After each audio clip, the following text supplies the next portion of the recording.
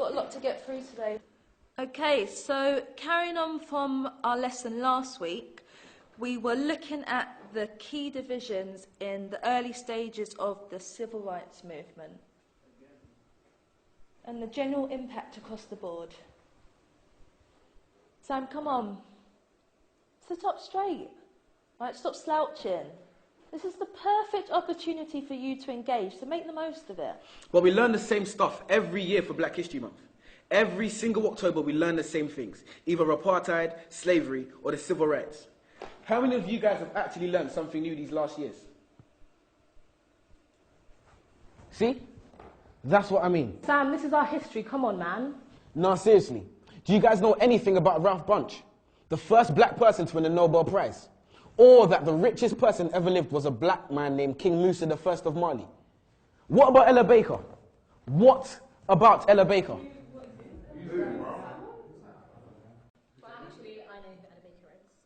One of the most influential women of the civil rights movement. This is why I can't take Black History Month seriously, man.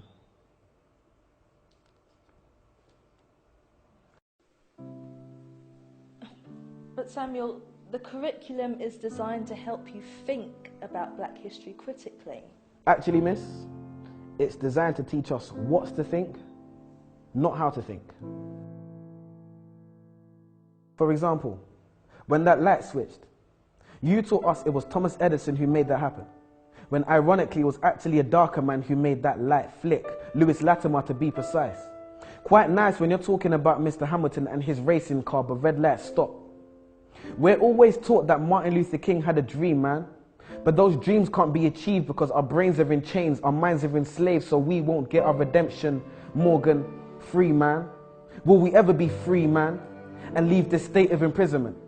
And take that walk of free, damn it, green man from a traffic light invented by the same man who made gas masks to protect our organs.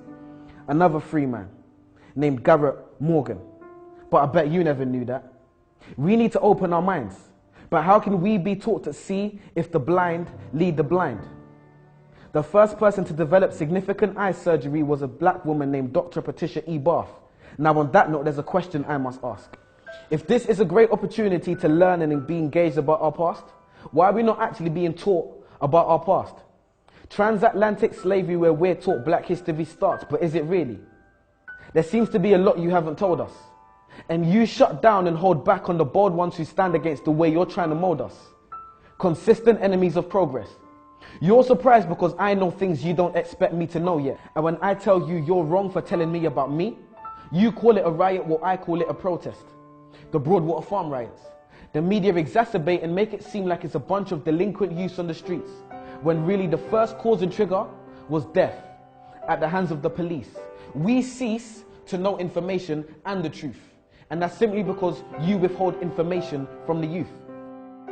Maybe one day we'll be satisfied with how our knowledge of history equates. Well, I'm sure like me, you're waiting for the teacher to fill in that space. So do so then. No answer. Well, maybe I can help and just throw out there some names. Mary Seacole, a Crimean war nurse. Mary Prince, a black female author. To be precise, she was the first. Bernie Grant, influential local activist and respected NP.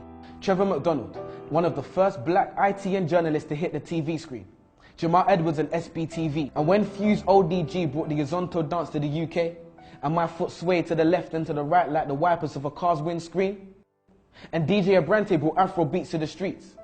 See, it's funny when we think of our childhood memories. A man who was actually funny, Lenny Henry. Many others, and the list continues. Marcus Garvey, Haile Selassie, Bob Marley, Ignatius Sancho, Tupac, Fela Kuti, Muhammad Ali, Maya Angelou, R.I.P., Kwame Nkrumah, the first Ghanaian president who retained independence from England, the Windrush ship which brought Caribbeans to Britain. So much to learn in just 1 month. A tip of the iceberg, a tiny grace. And what was the first black Roman emperor's name? Years passed and we're still caught up in the same civil rights age, which isn't bad if you learn something new, but we don't. And we're not being taught enough about our culture, so there's no one else to blame but you. And if not you, then who? Questions, questions, questions. If you're not teaching us these things, then I'm inclined to believe it's because you don't know. No. You're the teacher. Your job is to teach, so you must know. And if you do, that must mean you don't want us to know, but that's low.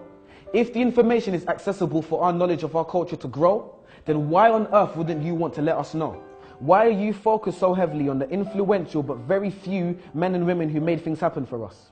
Why are my people being highlighted for a predominantly negative past? Why do I know the things that you don't and I'm not the teacher, you are? Why are you focused on our negative past but not on our bright future? Why are you not abreast with the great young things that people are doing in this world? Why are young people's trademarks and stereotypes gang culture and young pregnant girls? Why are the young people not being given the time of day? And his name was Septimus Severus, by the way. I'm sure as a student, the code of conduct has been breached. So I'll stop here and let you do your job. So teach.